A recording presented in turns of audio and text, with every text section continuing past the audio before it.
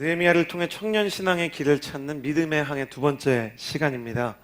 지난주에 우리는 비전의 키를 잡아라 라는 주제로 여러분과 함께 어떻게 하나님의 비전이 사람의 삶을 찾아오게 되는지에 대해서 나누는 귀한 시간을 가졌습니다. 이번 주에는 열정의 돛을 펼쳐라 라는 제목을 가지고 여러분과 은혜를 나누고 싶습니다. 느헤미야는 비전을 얻기 위해서 하나님의 관심에 자기의 관심을 맞추는 사람이었습니다. 그리고 하나님의 아픔에 자기 마음을 공명시켜서 하나님의 눈물을 자기의 눈물로 삼는 사람이었죠. 하나님의 관점과 하나님의 눈물을 가지고 기도하면서 하나님의 비전을 소유하게 되었던 사람, 이 민족을 재건해야 되고 무너졌던 유다 땅 가운데 다시 하나님의 거룩한 부흥을 이루어야 된다는 생각을 가졌던 사람이 바로 청년 느헤미야였습니다. 사랑하는 여러분, 축복합니다. 나는 여러분도 느헤미야처럼 하나님의 관심을 따라 영적인 시선을 고정시키는 하나님의 사람이 되기를 주님의 이름으로 축복합니다. 여러분이 하나님의 아픔에 공명해서 영적인 눈물을 회복하는 예배자가 되기를 주님의 이름으로 축복합니다. 여러분이 정말 그런 예배자와 또 그런 하나님의 시선에 공감하는 선견자가 되면 하나님께서 여러분의 인생에 필요한 비전을 주실 거라는 생각이 들어요. 그러나 비전의 사람 느헤미야의 인생이, 그가 비전을 회복했다고 해서 그 자신의 인생의 비전이 무엇인지 알았다고 해서 일사천리로 자신의 인생이 편해졌는가? 사람은 자기 인생의 길을 알게 되면 그때부터 인생이 쉽게 풀리는가? 우리는 성경을 통해서 그렇지 않다는 것을 배우게 돼요. 다윗이 사무엘에게 기름 부음을 받고 두 큰 자기 인생의 장벽을 만나는데 하나는 골리앗이었고요, 다른 하나는 골리앗보다 훨씬 더 그의 인생을 괴롭혔던 사울을 만났죠. 그의 인생에 하나님의 비전의 기름 부으심을 받고 나서 일어난 사건이었습니다. 우리는 성경을 통해서 비전을 받은 사람들이 얼마나 거센 이 파도를 만나고 풍랑을 만나게 되는지, 그래서 그들의 항해가 얼마나 위태위태하게 엎치락 뒤치락 흔들리게 되는지를 볼 수 있게 되죠. 지난주에 나눈 것처럼 느헤미야의 현실이 변한 것이 아니었습니다. 여러분, 한번 지난주에 나눈 것을 잠깐 기억해 주시겠어요? 지난주에 나눈 것처럼 느헤미야는 페르시아라는 신세계의 이방인이었습니다. 새로운 세상이 등장했고 새로운 패러다임이 등장했지만 그는 거기에 적응하기에는 너무 올드한 사람이었어요. 그는 페르시아의 원 주민도 아니었고, 그는 그 나라의 말과 그 나라의 시스템을 잘 알지 못하는 이방인이요 포로 족속이었습니다. 그는 그 나라에서 나름대로 자기의 실력을 발휘하고 최선을 다해서 공부를 하고 최선을 다해서 공을 세워서 고위공직자가 되었지만, 겉으로 볼 때는 고위공직자였던 느헤미야는 사실 속으로는 제국의 소모품에 불과했죠. 제가 저번 주에 비유한 것처럼 어떤 사람이 정말 취업을 하고 싶은 거예요. 그래서 대기업에 들어갔어요. 큰 기업, 유명한 회사에 들어갔는데 막상 들어가 보면 자기는 톱니바퀴에 지나지 않는 거예요. 공부를 해서 교수가 되던, 아니면 일을 열심히 해서 사장이 되던, 자기가 거스를 수 없는 세상의 거대한 힘이 거기도 있다는 것을 알게 되고, 제국의 소모품이 되어서 자기 인생이 자기 원하는 대로 갈 수 없는 삶을 살았던 느헤미야처럼 고민이 있기 마련이죠. 느헤미야의 경우에는 직업이 왕의 술관원이었잖아요. 술관원에게 주어진 가장 큰 임무는 왕이 먹는 음식을 미리 시음하고 시식해서 왕이 독살을 당할까 봐 예방을 하는 거예요. 반대로 얘기하면 왕이 죽어야 되는 이 독살의 순간이 오면 방탄조끼처럼, 방패막이처럼, 총알바지처럼 자신의 목숨을 던져야 됐습니다. 자매 여러분, 다시 한번 기억해 보세요. 먹는 즐거움이 얼마나 큽니까? 맛집 포스팅이 얼마나 많은가요? 블로그에 있는 수많은 포스팅의 대부분이 맛집이라고 합니다. 빅데이터에 따르면 기술에 대한 이야기, 역사에 대한 이야기, 나라에 대한 이야기, 청년의 비전에 대한 이야기보다 어디에 맛집이 있더라는 이야기가 다 많지 않겠어요? 그런데 하루에 3번씩 자기가 죽을지도 모른다는 위협 속에서 긴장되는 식사를 해야 됐던 사람, 그 사람이 바로 느헤미야였습니다. 먹는 기본적인 즐거움을 갖추지 못하고 자기 인생을 늘 긴장 속에서 살아야 했죠. 그러나 느헤미야는 하나님의 사람이었습니다. 그가 세상 사람과 정말 달랐던 것은 하루에 3번씩 죽음의 위기 앞에 서게 되었음에도 불구하고 자기의 처지를 한 번도 비관하지 않았다는 거예요. 느헤미야서 전체를 통틀어서 단 한 번도, 단 한 차례도 원망이나 불평을 늘어놓는 장면을 발견할 수 없습니다. 왕을 위한 총알바지로 언제 이슬처럼 지워져도 이상하지 않은 삶을 살고 있었지만 느헤미야의 마음속에는 불안함이나 두려움이 없었어요. 왜냐하면 그에게는 그 불안함과 두려움을 뛰어넘을 수 있는 열정이 있었기 때문입니다. 세상 사람들이 열정의 의미를 알지 못하고 사용한다는 생각이 들어요. 성경적으로 열정의 의미는 두려움과 불안함을 뛰어넘는 힘입니다. 사랑하는 여러분, 여러분의 인생을 얼마나 많은 두려움이 찾아옵니까? 취업에 대한 두려움, 사람에 대한 두려움, 심지어 연애에 대한 두려움, 또 체중에 대한 두려움. 얼마나 많은 것들이 우리의 삶을 습격하나요? 그리고 얼마나 많은 것들이 우리를 불안하게 합니까? 내일에 대한 불안함, 날씨에 대한 불안함, 심지어 내 헤어스타일에 대한 불안함, 별별 불안함이 다 있죠. 근데 그 불안함과 두려움을 넘어서게 하는 힘을 성경은 열정이라고 부르는 거예요. 사랑하는 여러분, 나는 하나님께서 부어주시는 열정으로 여러분을 찾아오는 모든 두려움과 불안함을 뛰어넘는 하나님의 사람이 되기를 주님의 이름으로 축복합니다. 비전의 사람이 자기 인생의 방향을 아는 사람이라면 열정의 사람은 두려움의 폭풍을 뛰어넘어가는 사람입니다. 열정의 사람은 마치 독수리와 같습니다. 작은 새들은 폭풍이 다가오면 처마 밑으로 3, 4, 5 모여서 연대를 이루고 숨어 있습니다. 독수리만이 유일하게 홀로 그 폭풍이 다가올 때 저 폭풍을 타고 올라가야 되겠다는 생각을 해요. 알고 계십니까? 독수리는 날개짓을 해서 올라갈 때보다 상승 기류를 타고 올라갈 때가 훨씬 더 많습니다. 폭풍이 치는 날에 보면 독수리가 그 폭풍을 타고 날아오르는 장면이 심심치 않게 발견되죠. 자기 넓은 날개를 펴고 이 폭풍을 나는 감당할 수 있다는 정말 공중의 왕과 같은 자태로 남들이 다 숨어 있을 때 창공을 향해서 비상하는 독수리처럼 열정을 가진 사람은 그 두려움을 기회로 바꾸는 사람입니다. 이 열정에 대해서 이사야가 말하기를 너는 알지 못하였느냐 듣지 못하였느냐 영원하신 하나님 여호와 땅끝까지 창조하신 이는 피곤하지 않으시며 곤비하지 않으시며 명철이 한이 없으시며 피곤한 자에게는 능력을 주시며 무능한 자에게는 힘을 더하시나니 소년이라도 피곤하며 곤비하며 장정이라도 넘어지며 쓰러지되 오직 여호와를 앙망하는 자는 새 힘을 얻으리니 독수리가 날개치며 올라감 같을 것이요 다른 박질하여도 곤비하지 않겠고 걸어가도 피곤하지 아니하리로다. 아멘. 나는 여러분이 독수리 날개침처럼 날아 올라가는 열정의 사람이 되기를 주님의 이름으로 축복합니다. 여러분의 삶 가운데 열정의 날개가 있어야 합니다. 여러분의 인생 가운데 비전의 항로를 정했다면 열정의 돛이 있어야 돼요. 우리는 작은 두려움과 작은 불안함에도 쉽게 무릎을 꿇습니다. 일어나지도 않을 일을 두려워하고 생겨나지 않을 일을 불안해하면서 우리 인생을 불안함과 두려움 그 어디쯤 두고 저울질을 하다가 막상 가야 할 자리에 가지 못하고 계속 끊임없이 세상을 원망하고 불평하다가 시간을 흘려 보내죠. 그러면 어떻게 영적인 열정을 회복할 수 있을까? 어떻게 하면 영적인 열정의 돛을 펼칠 수 있을까? 오늘 말씀의 느헤미야를 통해서 영적인 열정의 비결 3가지를 나누고자 합니다. 함께 5절 말씀을 같이 읽었으면 좋겠습니다. 함께 읽겠습니다. 시작. 말했습니다. 하늘의 하나님 여호와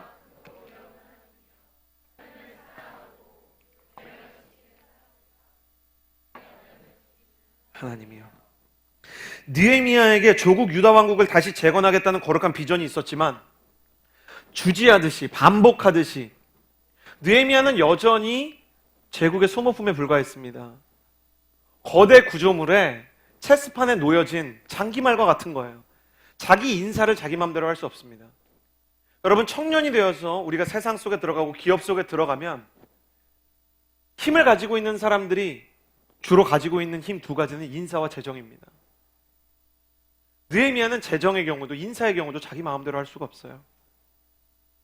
포로 출신 이방인한테 무슨 쌓아놓을 재산이 많겠으며 그리고 그가 그의 인사를 어떻게 스스로 주관하겠습니까? 만약에 세상 사람들이라면 인사 시즌이 다가오면 여기저기 기웃거리면서 내 인사가 어떻게 될까 자꾸 찾아다니고 내가 앞으로 어떻게 될까 노심초사하지 않겠어요? 내가 이번에 진급은 할 수 있을까? 어느 쪽에 갈 수 있을까?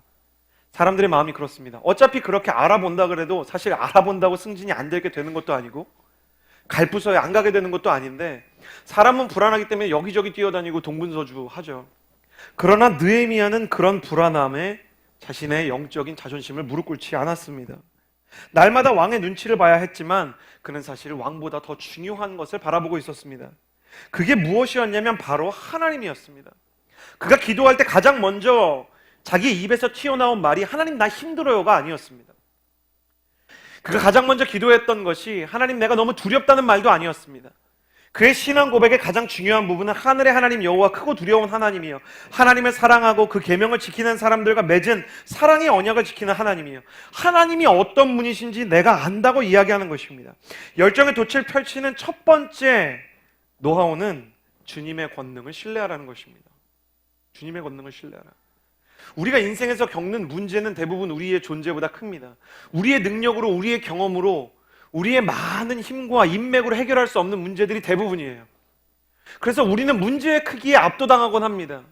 문제가 언제나 나의 존재보다 크기 때문에 내가 저 문제에 짓눌릴 수밖에 없다는 생각을 하죠. 불평을 하거나 원망을 하거나 낙심을 하거나 우울에 빠지거나 아니면 사람들과 이런저런 얘기를 하면서 내 인생에 대한 비관적인 예언을 합니다. 헬리나 오웬이 상처 입은 치유자라는 책을 쓰면서 우리 시대의 청년들, 그러니까 그는 세상을 떠났지만 앞으로 2000년대를 살아갈 청년들이 이렇게 될 것이다라고 쓰여 있는데 전 정말 정확하다고 생각하는 게 있어요. 그게 뭐냐면 2000년대를 살아가는 청년들은 끊임없이 자기 자신에 대해 비관적인 예언을 할 것이다. 그리고 그 비관적인 예언을 스스로 성취할 것이다. 난 안 돼. 그리고 안 되는 삶을 사는 거예요. 그리고 거봐, 내가 그럴 줄 알았어. 친구한테도 그러는 거예요. 언니, 나 다이어트 하려고. 넌 안 돼. 작년에도 얘기했잖아. 금연하려는 친구한테 포기해. 포기하면 마음이 편해. 그래서 제가 모 스님의 강론회에 갔는데 굉장히 이렇게 감동을 받을 뻔하다가 약간 서운했던 게 있어요. 유명하신 스님이 왔는데 한번 이렇게 보러 가서 도대체 스님들은 어떤 이야기를 하나 가끔 궁금하잖아요. 그래서 저희 구청에 찾아오신다기에 스님한테, 스님의 강론회에 찾아갔어요. 어떤 학생이 묻는 거예요. 고등학교 3학년이래요. 스님, 저는 정말 의사가 되고 싶습니다. 제가 성적이 약간 부족합니다. 많이 부족한 것도 아니고 약간 부족합니다. 약간 부족하지 않고 많이 부족했으면 포기를 했을 것이고, 그리고 정말 내가 실력이 충분했으면 고민을 안 했을 텐데, 스님, 제가 약간 부족합니다. 스님이 뭐라 그러셨냐면, 왜 의사가 돼야 됩니까? 그런 거예요. 그러니까 고등학교 3학년이니까 아이가 뭔가 이유가 있는데 얘기하기가 어려운 거죠. 글쎄요. 그랬더니 의사가 되려는 마음이 없으면 편합니다. 정말 그러셨어요. 있는 그대로. 근데 거기 있는 분들이 지금 여기서는 웃었지만 거기서는 전부 다 그랬어요. 저는 고민했어요. 왜 맞는 얘기일까? 의사가 되려고 하지 않으면 편안합니다. 그 친구가 의사가 되려고 마음을 잡은 거에 제가 볼 때는 동기가 있어 보였어요. 전 또 호기심을 못 참잖아요. 그래서 저는 교회 다니는 목사라 그랬어요. 찾아가서. 끝나서. 근데 그 친구가 놀라운 게 아직 종교가 없는 거예요. 그냥 자기도 고민이 돼서. 공부를 너무 잘하는 친구예요. 그 근처에 조그만 학교를 다닌대요. 그래서 어디 다니냐 그랬더니 조그만 외고를 다닌대요. 그래서 그러냐고. 그러냐고. 그래서 내가 되게 힘들겠다고. 전 농담한 건데 외국어를 배웠는데 의사 해야 돼가지고 힘들겠다 했더니 전 농담한 건데 목사님 어떻게 제 고민을 아냐고. 그냥 한 얘기예요. 외국어 고등학교를 나왔는데 의사가 되고 싶다니까. 외국어 배운 게 이렇게. 근데 진짜 고민이 그건 거예요. 자기 문과인데 이과 공부가 어려운 거죠. 자기가 스토리가 있어요. 가정에 이렇게 아팠던 사람이 어떻게 의사 선생님을 통해서 나은. 근데 자기가 스님의 이야기를 듣고 고민이 됐다는 거예요. 내가 정말 의사가 되려는 생각을 내려놓으면 편한 거구나. 저는 목사잖아요. 그래서 제가 스님의 생각도 참 훌륭한데 목사님의 생각은 좀 또 다르다고. 그래서 저는 그 이유가 나쁜 동기가 아니라면 저도 한번 질문을 해보겠다고. 그거를 왜 포기해야 됩니까? 그걸 왜 포기해야 됩니까? 그 이유를 왜 없애야 됩니까?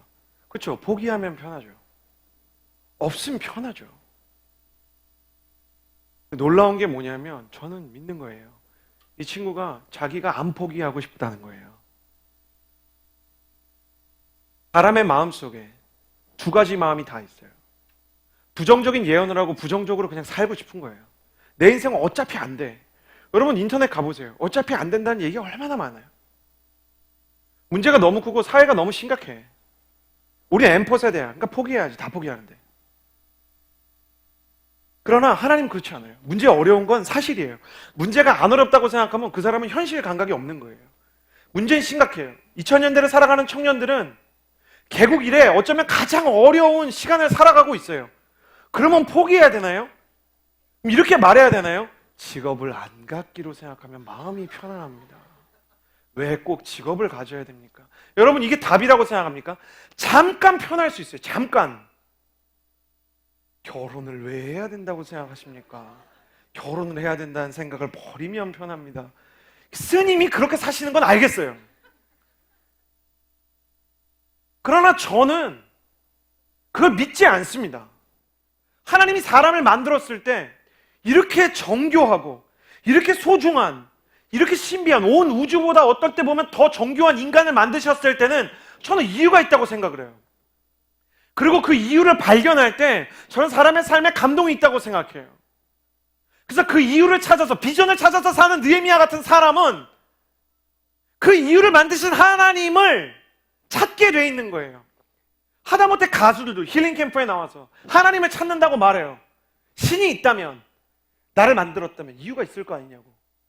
그러면 그 이유가 나를 더 이상 허무하지 못하게 할 텐데, 수많은 성공한 사람들이 시달리는 그 허무의 감정 속에서 마약에 쪄들어가고 자살을 생각하고 죽음을 묵상하고, 여러분, 얼마나 충격적인 뉴스들 사이에서 이 시대를 휘어감고 있는 허무의 정서들 속에, 상실의 정서들 속에 우리가 던져져 있나요? 우리가 지금 삼시세끼를 못 먹어서 불행한 겁니까? 아니면 머리를 누일 집이 아예 없어서 불행한 겁니까? 이 중에 돌아갈 집이 없고 먹을 음식이 없는 사람이 얼마나 됩니까? 그럼에도 불구하고 우리가 지금 너무너무 마음이 공허하고 마음이 배가 고프고 굶주린 것은 우리의 마음속에 쫓아야 할 비전과 흔들어야 되는 깃발이 없기 때문 아닙니까? 느헤미야는 그것을 포기할 수 없었어요. 느헤미야는 나름대로 성공한 사람이었습니다. 좀 불안해도 고위공직자 자리에 가면 그 자리 지키기 위해서 무슨 수라도 쓸 수 있습니다. 근데 그는 거기에서 만족하지 않았습니다. 그리고 자기 인생에 찾아오는 문제들을 두려워하지 않았습니다. 왜냐하면 자기 인생을 찾아오는 문제들보다 그 문제를 이겨내실 수 있는 하나님의 영광이 더 크다는 것을 믿었기 때문입니다. 여러분, 여러분의 마음속에 신앙인의 양심으로서 스스로 질문하십시오. 문제가 큽니까? 하나님이 큽니까? 여러분의 마음의 영혼 가운데 기초적인 믿음의 회복이 필요합니다. 문제의 무게를 이겨내지 못하는 것이 우리의 삶의 고난의 이유입니까? 아니면 문제를 해결해 줄 수 있는 하나님께 가지 않는 것이 고난의 이유입니까? 느헤미야는 하나님께 집중했습니다. 현대에도 그런 사람들이 있었어요. 케먼스 윌슨이라는 사람이 있었어요. 태어난 지 9개월 만에 아버지가 죽었죠. 가난하고 못 배운 윌슨은 극장에서 팝콘을 팔아서 돈을 벌었는데요, 가난했지만 미친 듯이 일해가지고 극장에 옛날에는 팝콘 이렇게 만드는 기계가 있었어요. 막 주크박스, 자기가 듣고 싶은 음악 이렇게 헤드폰 써서 듣고, MP3가 없던 시절이니까요. 그래가지고 1950년대 이 사람이 엄청, 40년대 50년대 팝콘 기계를 통해서 나름 엄청 사업에 성공을 했는데, 어느 날 갑자기 같이 사업을 하던 사람에게 사기를 당해요. 이 케먼스 윌슨이 너무너무 마음이 낙심이 돼요. 그러나 그는 낙심에서 굴하지 않고 열정이 있는 사람이었기 때문에 번듯한 회사에 취직했는데 어느 날 갑자기 또 해고를 당했어요. 근데 왜 해고를 했는지 이유도 말해주지 않는 거예요. 케먼스 윌슨이 절망해가지고 아내한테 진심으로 말했습니다. 여보, 내가 당신한테 얘기하지 않으면 예의가 아닌 것 같아가지고 말하는데 나 죽을 겁니다. 내가 할 수 있는 걸 모두 다 했지만 내가 실패했기 때문에 나는 조만간 자살할 겁니다. 근데 아내가 침착하게 그 얘기를 듣는 거예요. 여러분도 나중에 아시게 되겠지만 아내가 침착해질 때가 세상에서 가장 경외감이 느껴지는 순간입니다. 침착한 얼굴로 아내가 뭐라고 얘기했냐면, 아닙니다. 당신은 모든 일을 했다고 나에게 말했지만 단 하나 안 한 게 있습니다. 나는 당신이 기도하는 걸 한 번도 보지 못했습니다. 당신은 심지어 부활절마다 교회를 갔고 크리스마스마다 교회를 갔지만 한 번도 당신의 골방에서 기도하는 것을 내가 보지 못했습니다. 원문에는 나는 당신이 기도하는 꼴을 한 번도 본 적이 없습니다. 많이 정제됐네요. 그 말에 충격을 받은 윌슨은 자기는 자기가 크리스천이라고 생각을 했었어요. 부활절에도 가고 간혹 교회를 가니까 1년에 한 반 정도 교회를 갔대요. 근데 자기가 기도하는 모습을 단 한 번도 못 봤다고 얘기하는 아내한테 충격을 받아서 자기가 기도하기 시작했어요. 조그만 계기를 하나님이 주셔서 목수일을 시작했는데 그게 건축업으로 발전을 하면서 회사가 중소기업으로 발전을 하게 됐죠. 1951년에 윌슨이 가족이랑 워싱턴으로 여행을 떠났는데 호텔이 불친 줄 알고 지저분했어요. 호텔에 식당도 없어가지고 끼니 때마다 호텔을 나와가지고 막 여기저기에서 식당을 찾아야 되는 거예요. 그 여행에서 돌아오는데 그런 기도를 처음 하게 된 거예요. 하나님, 나한테 기회를 주시면 저렴한 가격으로 사람들한테 좋은 서비스를 제공하고 사람들이 편안하게 쉴 수 있는 그런 호텔을 만들고 싶습니다. 그래서 멤피스에 호텔을 지었는데 그 호텔 이름이 바로 홀리데이 인 1호점입니다. 1952년에 오픈한 홀리데이 인은 6년 만인 1958년에는 50번째 홀리데이 인을 오픈했고, 그 다음에 1959년에는 100개 호텔이 됐고, 다시 5년 뒤에 1964년에는 500번째 호텔이 문을 열었고, 그 뒤로 4년째에는 1000번째 호텔이 문을 열었습니다. 캐머스 윌슨이 2003년 세상을 떠나서 하나님의 품으로 안길 때까지 그가 책상에서 매일매일 하루에 3번씩 읽었던 글이 있습니다. 나의 경영 철학 첫 번째는 이것이다. 어떤 상황이 찾아와도 하나님을 믿는 믿음으로 사업할 것이다. 낙심이 찾아오고 두려움이 찾아오고 내 젊은 시기처럼 내가 다시 죽고 싶어지면 나는 다시 골방으로 들어가서 하나님의 옷자락을 붙들고 기도하는 사람이 될 것이다. 왜냐하면 내가 겪고 있는 모든 문제보다 늘 하나님이 크셨다는 것을 내 인생 전체가 증명해주고 있기 때문이다. 현재 전 세계에 1643개의 홀리데이 인 호텔이 있고 모두 32만 7천 개의 객실이 있는데, 경영자를 뽑을 때 인사위원회에서 당신이 크리스천이 아니더라도 당신이 합당한 능력을 가지면 미국의 법 때문에 당신을 승진시킬 수 있지만 당신이 하나님을 믿는 사람이 아니라면 반드시 하나님을 알았으면 좋겠다. 왜냐하면 이 호텔은 하나님께서 여기까지 이끌어주신 회사이기 때문이다 라는 고백을 한다고 합니다. 여러분, 어디가 끝입니까? 열정은 어디서 나는 것입니까? 나의 인생의 벼랑 끝에서 폭풍이 닥쳐오고 파도가 닥쳐올 때 그 파도와 폭풍을 넘는 법은 무엇입니까? 그 문제보다 더 큰 하나님에게 집중할 수 있느냐 아니냐 하는 것입니다.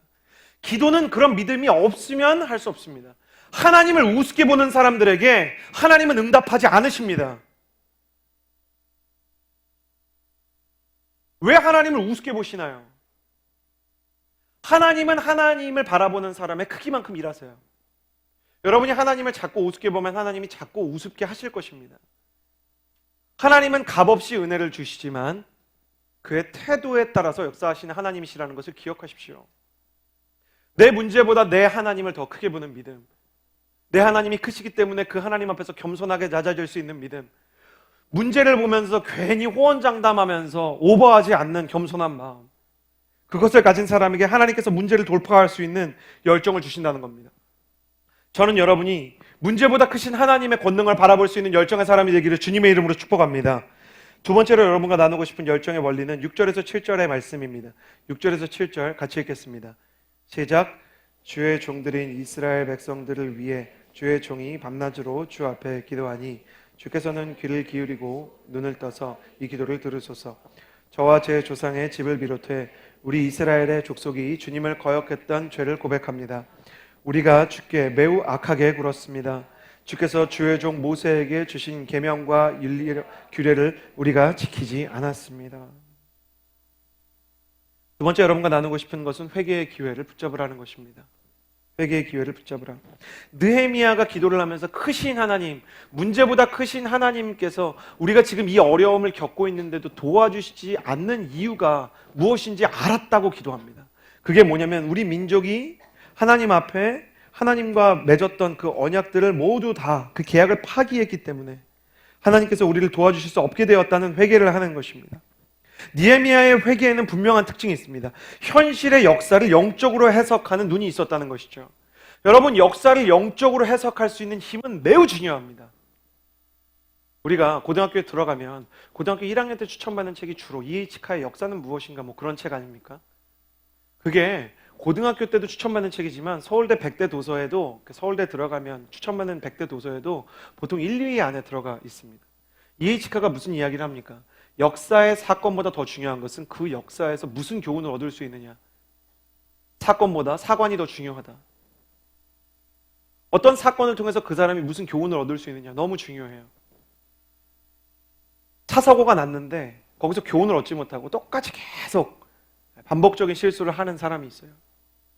연애를 했는데 어떤 인격적인 잘못 때문에 헤어져 놓고 그것을 고치지 않아서 똑같은 것을 계속 반복하고 자기 성질을 받아주는 누군가가 나타나기를 기다리는 청년들이 얼마나 많은지 몰라요.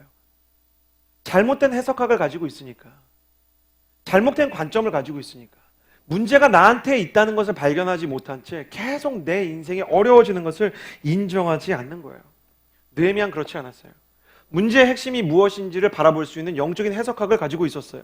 그 영적인 해석학의 핵심엔 이게 있었죠. 모든 역사는 하나님께서 주관하신다는 믿음. 하나님의 사람에게는 이런 믿음이 있어야 돼요. 모든 역사는 하나님이 주관하신다는 믿음. 그래서 모든 것을 얻어도 하나님을 잃으면 모든 것을 잃은 것이요. 사랑하는 여러분, 묻고 싶습니다. 여러분은 어떻습니까? 여러분, 이 예배에서 무엇을 얻기 위해서 오셨습니까? 교회에 처음 오신 분들에게도, 교회를 오래 다니신 분들에게도 동일하게 이야기하고 싶은 것은 교회의 본질은 하나님께서 무슨 축복을 주시는 데가 아닙니다. 하나님이 주시는 축복, 하나님께서 주시는 어떤 행복, 하나님께서 주시는 어떤 평안, 하나님께서 주시는 심지어 비전보다 그 모든 것을 주시는 하나님 자체가 더 귀합니다. 그 모든 것을 주관하시는 분이 하나님이시라는 마음. 그래서 성경은 너희는 먼저 그의 나라와 그의 의를 구하라. 그리하면 이 모든 것을 너희에게 더하시리라. 마태복음 6장 33절에서 이야기하고 있어요. 그의 나라와 그의 의는 무엇이냐? 로마서를 통해 보면 그의 나라와 그의 의는 살아계신 하나님의 아들 예수 그리스도를 의미합니다. 예수 그리스도 그분 자체와의 인격적인 만남을 구하면 그 이후로부터는 필요한 것을 하나님께서 주신다는 거예요. 근데 우리는 본능적인 인간이기 때문에 기도를 하면 예수님과의 교제에 대해서 이야기가 나오기보다 먼저 내 인생에 힘든 것들이 튀어나오게 되어 있죠. 하나님, 내 인생에 이 진로의 문제를 해결해 주십시오. 돈의 문제를 해결해 주십시오. 하나님, 건강의 문제를 해결해 주십시오. 관계의 문제를 해결해 주십시오. 이것들의 수많은 하나님이 주실 것들에 집중하느라 늦은 밤 자녀를 사랑하는 마음으로 아이스크림을 사온 아버지를 보고 아버지는 하나도 보이지 않고 아이스크림만 가져와서 거실에서 아이스크림만 이렇게 먹는 자녀처럼 우리의 신앙이 제자리 걸음을 할 때가 얼마나 많은지 몰라요. 느헤미야는 어디에 집중해야 되는지 명확히 알고 있었어요. 하나님께 돌아가야 한다. 역사의 주관자는 하나님이시다. 여러분, 옥시 사태를 보십시오. 회개의 기회가 있을 때 회개하지 않는 사람들이 있어요. 기업 이름을 명확하게 공개해서 죄송하지만 모두가 알고 계시기 때문에 살균제 문제를 보세요. 얼마나 많은 아이들이 희생이 됐습니까? 저는 교회가 이 문제에 대해서 정직하게 얘기할 수 있어야 된다고 봐요. 모든 리서치와 리포트를 알고 있었으면서 그걸 은폐하고 숨기고 돈을 조금 더 벌기 위해서 아이들을 희생시킨 기업, 하나님께서 그것을 심판하면서 우리에게 주시는 메시지는 무엇인가? 회개의 기회가 있을 때 똑바로 하라는 거예요. 5년이 지날 때까지 피해자들한테 똑바로 된 사과를 한 번도 하지 않았습니다. 인제 와서 사과하면서 마음속으로 솔로몬의 반지에 기록되었다고 이 사람들이 말하는 문구를 기억하겠죠. 이 또한 지나가리라. 그러나 기도하는 분들이 뭐라고 기도하고 계신지 아세요? 이 또한 지나가지 않게 하여 주시옵소서. 여러분, 지나가서는 안 됩니다. 역사의 교훈을 남겨야 됩니다. 교회에서 이런 이야기를 하면 조금 이상하게 느껴지시겠지만 그 제품을 쓰지 말아야 돼요. 지나가지 않을 것이라는 것을, 이제 대한민국이 달라졌다는 것을 보여주셔야 됩니다. 회개의 기회가 있을 때 회개하지 않으면 큰 화를 입을 수 있다는 역사적인 교훈을 남겨야 돼요. 그리고 스스로에게도 그러셔야 됩니다. 잘못을 했다면 인정해야 돼요. 여러분, 스스로에게 정직해야 돼요. 청년들이요. 남녀관계에 있어서 부정직한 사람들, 썸만 계속 타고 고백은 안 하는 사람들, 그 마음속에 뭐가 있나요? 문란함이 있는 거예요. 썸만 계속 타는 사람들 떠나가 버리세요. 헤어지세요. 괜찮습니다. 회개해야 될 때 회개하지 않고, 돌이켜야 될 때 돌이키지 않고, 고백해야 될 때 고백하지 않고, 진심으로 대해야 될 때 진심을 열지 않는 사람들, 그런 사람들은 진짜 인생의 열정이 뭔지 모릅니다. 왜냐하면 그런 모든 것의 배후에 뭐가 있냐면 삐뚤어진 계산이 있거든요. 회개의 반대는 삐뚤어진 계산입니다. 삐뚤어진 계산에서 부정직과 거짓이 나오게 돼 있어요. 여러분, 계산기를 당장 멈추세요. 그리고 하나님 앞에 정직하게 기도하면서 나아가세요. 어제는 동성애 축제가 있었습니다. 교회는 동성애자들이 교회에 오는 것을 환영합니다. 오셔야 돼요. 그러나 동성애 자체가 성경의 가르침에 따라 정상이라고 이야기할 수는 없어요. 왜냐하면 우리는 그 누구도 동성애자의 자녀가 아니기 때문입니다.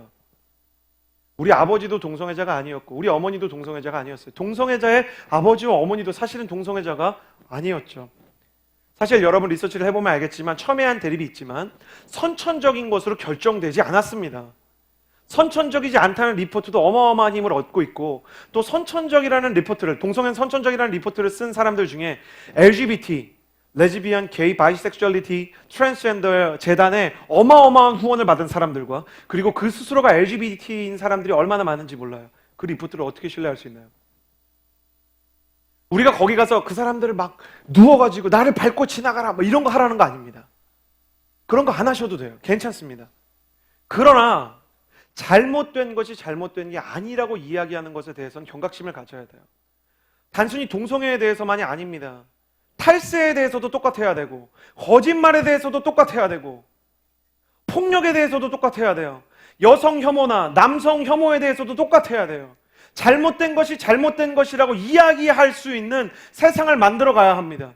느헤미야는 무엇이 잘못된 것인지에 대한 명확한 생각을 갖고 있었어요. 이러한 의미에서라면 여러분 저를 보십시오. 크리스천은 지금보다 훨씬 더 순한 사람이 아니라 약간은 분노한 사람들이 돼야 돼요. 거룩하지 않은 것들이 판치는 것에 대한 분노, 깨끗하지 않은 것들이 정상이 되는 것에 대한 분노, 하나님의 거룩한 열정을 가지고 있어야 돼요. 이것을 거룩한 불만족이라고 얘기하고 거룩한 불만족에서 거룩한 비전이 나오게 돼 있어요. 잘못된 거대한 힘을 가진 정계와 재계에 대해서 여러분 소리를 내십시오. 그리고 정직과 거룩에 대해서 선포하고 순결에 대해서 선포하십시오. 비정상이 비정상이라고 이야기하는 것에 대해서 망설이지 마십시오. 느헤미야가 그랬던 것처럼 하나님께서 역사의 주관자라는 것과 하나님께서 기준이라는 것에 대해서 부끄러워하지 마십시오. 주님께서 말씀하셨습니다. 인자가 올 때 인자를 부끄러워하지 않았던 자들을 내가 자랑스럽게 여기고 인자를 부끄럽게 생각했던 자들을 내가 부끄럽게 생각할 것이다. 회개의 기회가 있을 때 잡고 정직하게 돌아가셔야 됩니다. 여러분, 정직과 순결에 마음을 거셔야 돼요. 물질도 정직하게 쓰셔야 돼요. 과장되고 부장됐을 때 법인카드로 쏘는 거면서 내가 쏘는 것처럼 거짓말하는 어른들 닮지 마세요. 내 돈 아니잖아요. 순장님들, MC님들, 리더십들도 똑같아요. 교회에서 후원해 주는 건데 자기가 사는 것처럼 막 공치사 하시는 분들, 나중에 하나님께서 그런 거 다 정산해서 네가 사는 거였구나 말씀하시는 때가 올 거예요. 내 것이 아닌 건 내 것이 아닌 것처럼 물질에 있어서 정직하게, 관계에 있어서 깨끗하게, 연애에 있어서 고백해야 될 때 고백을 하세요. 안 할 거면 여기저기 찌르고 다니지 마세요. 찌르고 다니는 게 발각되면 반드시 경고하겠습니다. 저는 옐로카드와 레드카드를 드리겠어요. 옐로카드 이상의 것을 받으면 저는 반드시 그것에 대해서 조치를 취할 거예요. 정직하지 않아요. 한 번에 마음속에 한 사람만 품으세요. 제발. 막 사랑이 많은 분들이 있어요. 정직하지 않고 잘못된 것들, 감정에 일희일비하는 것들, 그런 사람들과 연애를 해서 결혼을 하게 되면 나중에 다 불륜을 저지르는 거예요. 처음부터 잡아야 됩니다. 역사의 주관자이신 하나님 앞에 돌아갈 수 있을 때 돌아가야 됩니다. 돌아가지 않으면 지금 법정 사태에서 일어나는 것처럼 하나님이 그것을 퍼블리싱하는 때가 올 거예요. 여러분, 내 인생에 옆 사람이 알아서는 안 되는 그 무엇인가 있다면 하나님 앞에 빨리 고백하고 돌아오십시오. 회개를 하지 않는 사람의 마음은 늘 감옥에 갇혀 있는 것과 같습니다.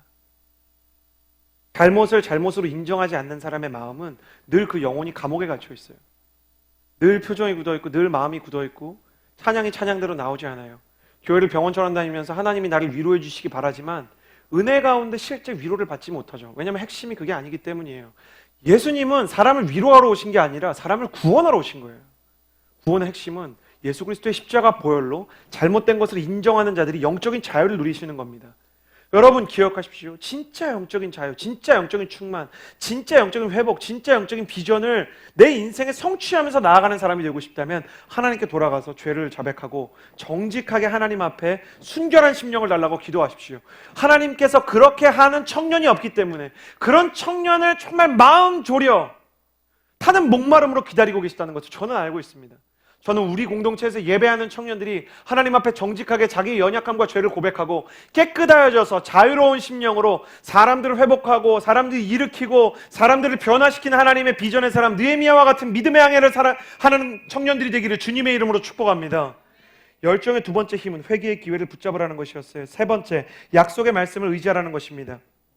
마지막으로 우리가 느헤미야 8절에서 9절의 말씀을 같이 읽도록 하겠습니다. 시작. 주께서 주의 종 모세에게 하신 말씀을 기억하소서. 너희가 만약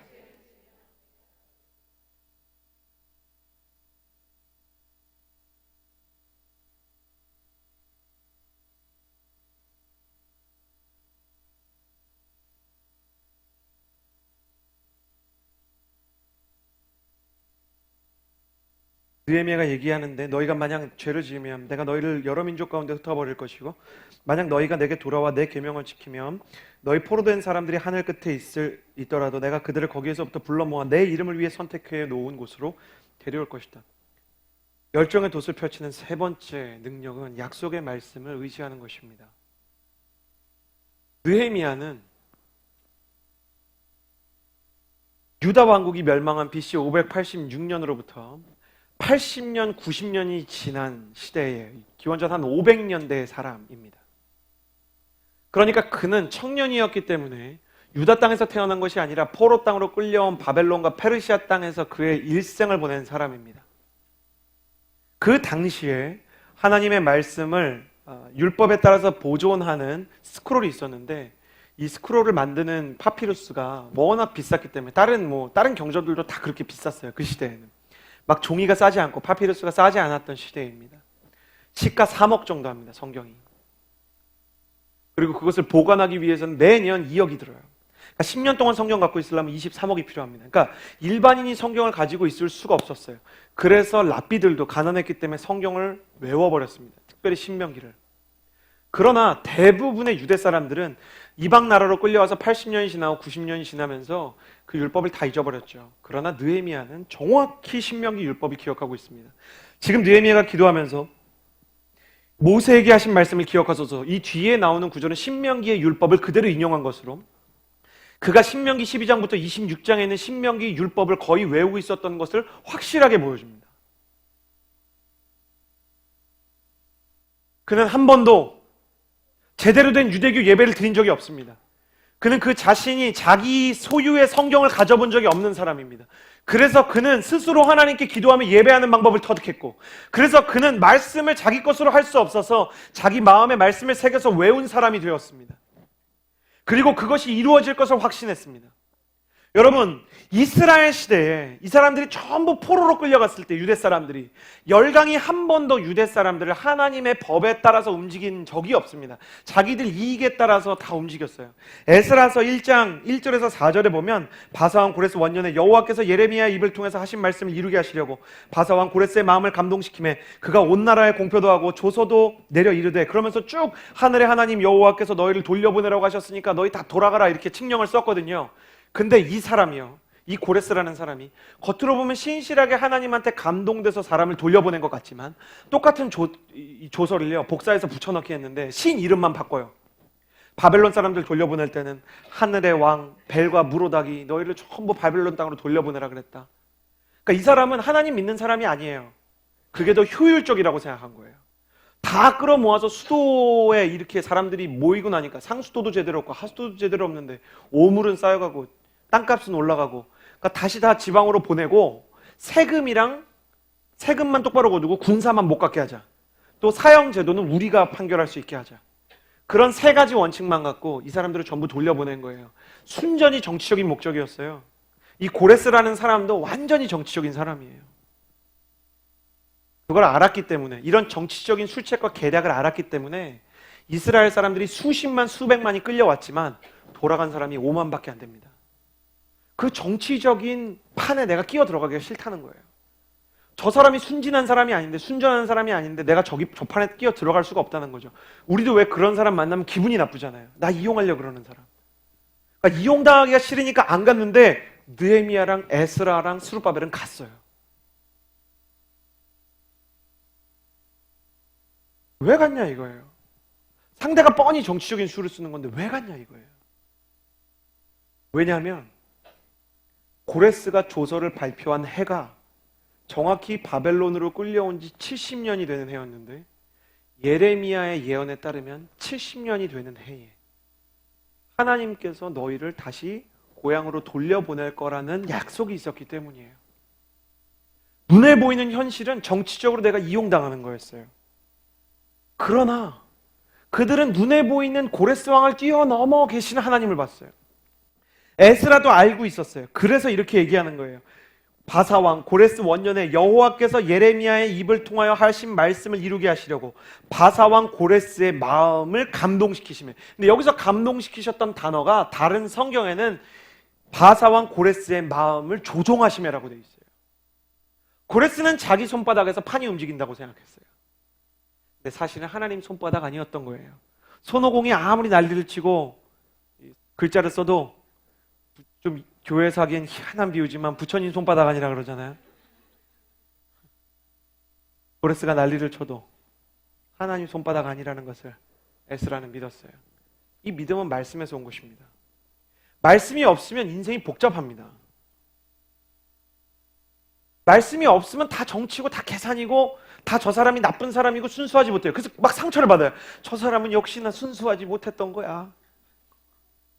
아이고, 저 사람이 저렇게 나쁜 사람이었구만. 몰랐어. 내가 사람 괜히 믿었어. 왜 사람 믿어서 상처받아요? 말씀을 안 믿기 때문에. 말씀이 없으니까. 말씀의 능력을 모르니까. 말씀의 기준이 없으니까. 그 사람이 저 사람이 나를 이용하나 안 이용하나 이런 게 인생의 고민인 거예요. 에스라는 망설이지 않았어요. 5만 명의 사람들은 망설이지 않았어요. 그리고 하나님의 약속을 이루러 갑니다. 여호수아 1장 7절에는 이런 말씀이 있어요. 여호수아 1장 7절에 오직 너는 마음을 강하게 하고 극히 담대히 하여 나의 종 모세가 내게 명령한 그 율법을 다 지켜 행하고 우러나 좌로나 치우치지 말라. 그리하면 내가 어디로 가든지 형통하리니. 수많은 청년들이 교육자를 찾아와서 목사님 A로 가야 됩니까? B로 가야 됩니까? 이런 류의 질문을 가지고 와요. A와 B가 직장인 경우도 있고 남자인 경우도 있고 유학이냐 잔류냐 수많은 케이스가 있어요. 어떤 게 하나님 뜻일까요? 성경은 그렇게 얘기하지 않아요. A가도 되고 B가도 돼. A가냐 B가냐보다 더 중요한 게 그 결정하는 C가 누구냐. 하나님의 말씀은 그렇게 기록되어 있어요. 여호수아가 고민이 됐어요. 어디로 가야 될까? A로 가야 될까? B로 가야 될까? 동쪽으로 가야 될까? 서쪽으로 가야 될까? 근데 주님 뭐라 그러셨냐면 네가 어디로 가든지 형통할 것이다. 네가 말씀을 묵상하고 그 말씀의 기준이 네 마음속에 있어서 네가 그 말씀대로 움직일 수 있는 사람이라면 네가 어디로 가든지, 영어 성경에 따르면 wherever you go, your God will be with you. 네가 어디로 가든지 wherever you go, your God will be with you. 너의 하나님은 너랑 함께 있을 거다. 여러분 A로 가냐 B로 가냐가 중요합니까? 그보다 하나님은 네가 어떤 사람이냐가 중요하다고 말씀하시는 거예요. 말씀을 모르면 복잡합니다. 말씀을 알면, 약속의 말씀을 붙들면 그 사람에게 길이 생겨납니다. 나는 여러분이 말씀의 사람이 되기를 주님의 이름으로 축복합니다. 설교를 들을 때나 묵상을 할 때나 여러분의 삶에서 문득문득 성경을 읽을 때 그것이 여러분의 지표가 되고 여러분의 이정표가 되기를 바랍니다. 느헤미야는 그런 열정을 가지고 살았어요. 말씀에 대한 열정이 그에게 다가오는 파도들을 해석해 주었어요. 회개의 기회가 있을 때마다 붙잡았던 그 정직한 마음이 그의 영혼을 튼튼하게 붙들어 주었어요. 파도가 불어오고 폭풍이 불어오지만 그가 하나님의 광대하심을 아는 예배자의 두 기도하는 손이 그를 독수리 날개침처럼 나르게 하였던 것입니다. 여러분, 문제를 이기게 하신 하나님에게 집중하며 나아가고 그 하나님 앞에 겸손하게 정직하게 회개하며 나아가고 그 하나님의 약속의 말씀을 붙들면 그 하나님께서 우리에게 주시는 열정의 능력으로 우리는 모든 문제를 이겨낼 수 있을 것입니다. 나는 모든 문제를 뛰어넘어가는 열정의 사람 느헤미야와 같이 여러분이 여러분 인생에 찾아오는 모든 문제를 뛰어넘어갈 수 있는 사람이 되기를 주님의 이름으로 축복합니다. 이 시간에 기도하며 나아가기를 소원합니다.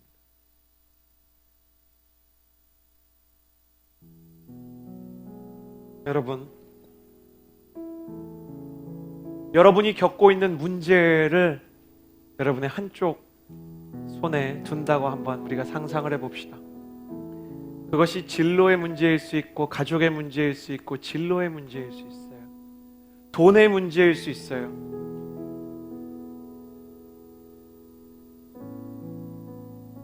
한쪽 손에, 한쪽 마음에, 그리고 하나님께서 지금까지 내게 주셨던 은혜와 하나님께서 앞으로 주실 은혜를 생각해 봅시다. 하나님께서 계시다면 이 모든 문제를 하나님께서 해결하실 수 있다는 믿음을 가지고 살아야 돼요. 우리의 마음은 늘 그 두 가지를 저울질하면서 나아갈 것입니다. 그러나 정말 하나님의 열정으로, 하나님의 마음으로 이 모든 문제를 뛰어넘어가고 싶다면 주님, 문제보다 내가 하나님을 더 크게 보기 원합니다. 그런 마음으로 기도하며 나아가야 될 것입니다. 가슴에 손을 얹고 이렇게 기도하며 나아갔으면 좋겠습니다. 하나님, 내가 두려워하지 않게 하여 주시옵소서. 하나님, 내가 불안해하지 않게 하여 주시옵소서. 내 영혼아, 내가 어찌하며 낭망하며 어찌하여 불안해하며 떠는가. 너는 구원의 하나님을 바라라 말씀하셨던 주님 바라보기를 원합니다. 우리 그렇게 기도하며 나아갈 때 하나님 앞에 두려움을 이기게 해달라고, 불안함을 이기게 해달라고 주여 한번 외치고 기도합니다. 주여! 살아계신 하나님 아버지, 기도하며 나아갑니다.